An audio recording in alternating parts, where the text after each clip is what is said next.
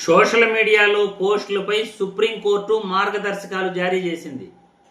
రాజకీయ విమర్శలకు ఇష్టానుసారంగా మీరు కేసులు పెట్టలేరు అని సూచించింది. పోలీసులు ఎఫ్ఐఆర్ నమోదు చేసే ముందుగా పబ్లిక్ ప్రాసిక్యూటర్ యొక్క సలహాలు ఖచ్చితంగా తీసుకోవాల్సిందేను. ఇష్టానుసారంగా మీరు కేసులు పెట్టలేరు. హైకోర్టు మార్గదర్శకాలను మీరు ఖచ్చితంగా పాటించాల్సిందేను అని సోషల్ మీడియాలో పోస్టులపై రాజకీయ విమర్శలపై సుప్రీంకోర్టు ప్రభుత్వాల్ని నిలదీయటం జరిగింది.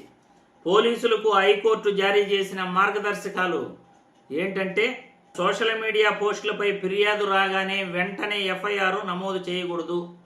ముందుగా ప్రాథమిక విచారణ జరగాలి. తర్వాత రాజకీయ విమర్శలు, సున్నితమైన అంశాల పట్ల సంబంధించిన పోస్టుల విషయంలో ముందుగా పబ్లిక్ ప్రాసిక్యూటర్ నుండి న్యాయ సలహా తీసుకోవాల్సిందే. విచారణలో నిరాధారమైన ఫిర్యాదులు ఏదైనా చేసుంటే, దురుద్దేశపూర్వకంగా ఫిర్యాదులు చేసినారు అని తేలితే ఖచ్చితంగా ఆ కేసులను మూసివేయాలి అని సుప్రీంకోర్టు, హైకోర్టు ఇచ్చిన ఆదేశాలను ఖచ్చితంగా అమలు చేయాల్సిందే. హైకోర్టు ఇచ్చిన ఆదేశాలను తప్పుపట్టేదానికి వీల్లేదు అని సుప్రీంకోర్టు నిన్న రాజకీయ విమర్శలపై పోలీసులకు మార్గదర్శకాలు జారీ చేయటం జరిగింది. ఎందుకంటే సోషల్ మీడియా పోస్టులు, రాజకీయ విమర్శలకు సంబంధించి ఈరోజు అన్ని పత్రికల్లోనూ కథనాలు రావడం జరిగింది. సాక్షి పత్రికల్లో కూడా దీనిపైన కథనం వచ్చింది. సోషల్ మీడియా పోస్టులు, రాజకీయ విమర్శలకు సంబంధించి ఎడాపెడా కేసులు నమోదు చేస్తున్న పోలీసుల తీరుకు ఇది అడ్డుకట్టే అని ఖచ్చితంగా మనం చెప్పుకోవాలి. ఈరోజు పోలీసులు ప్రభుత్వానికి అడుగులకు మడుగులొత్తుతూ వాళ్ళ విధి నిర్వహణలో పూర్తిగా విఫలమయ్యారు.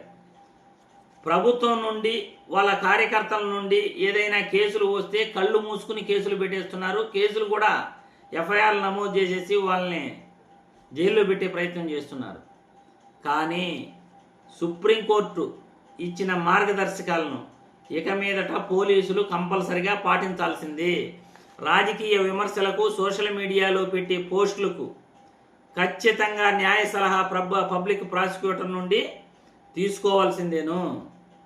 పబ్లిక్ ప్రాసిక్యూటర్ నుండి న్యాయ సలహా తీసుకోకుండా ఎఫ్ఐఆర్ నమోదు చేయడానికి వీల్లేదు.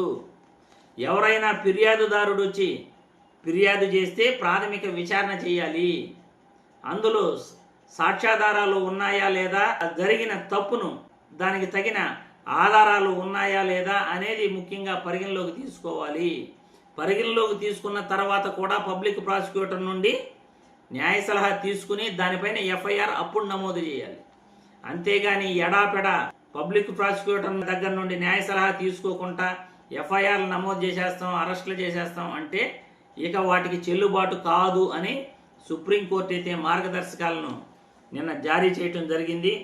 ఇక మీదటైనా సుప్రీంకోర్టు మార్గదర్శకాలను పోలీసు వ్యవస్థ పాటిస్తుందని, రెండు తెలుగు రాష్ట్రాల్లో కూడా ప్రజల ప్రాథమిక హక్కులను, ప్రజల హక్కులను కాపాడగలరని, ఎవరైతే తమ గొంతును వినిపిస్తున్నారో ఆ వాక్ స్వాతంత్రాన్ని ఖచ్చితంగా కాపాడగలరని పోలీసులకు ఈ వీడియో ద్వారా సూచిస్తూ, న్యాయాన్ని బతికించండి, విమర్శలను విమర్శలలాగానే చూడండి, రాజకీయ కక్షలతో ప్రభుత్వాలకి తల వంచకండి అని ఈ వీడియో ద్వారా పోలీసులకు విజ్ఞప్తి చేస్తున్నాం.